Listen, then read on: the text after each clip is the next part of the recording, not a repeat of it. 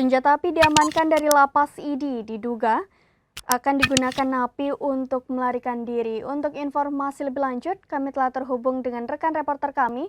Selamat pagi, Seni Henry. Selamat pagi, rekan Rara. Baik, silakan dengan laporan Anda.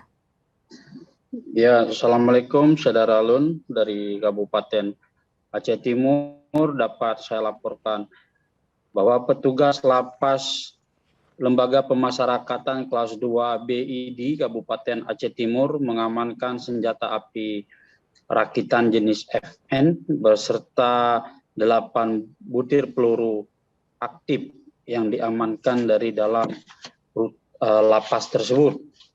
Senjata api rakitan jenis FN beserta 8 peluru tersebut kini sudah diamankan.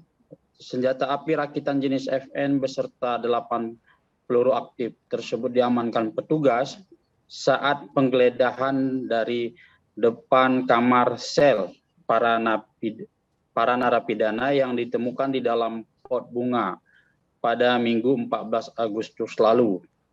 Hal tersebut disampaikan oleh PLT Kalapas kelas 2 BID Indra Gunawan didampingi Kasih Binadik dan Giat Jafadlan Hasanul dan Kasih Administrasi Kamtib Julfadli kepada awak media pada Rabu kemarin. PLT Kalapas ID Indra mengatakan kini senjata api rakitan beserta 8 butir peluru tersebut telah diamankan oleh pihak Polres Aceh Timur.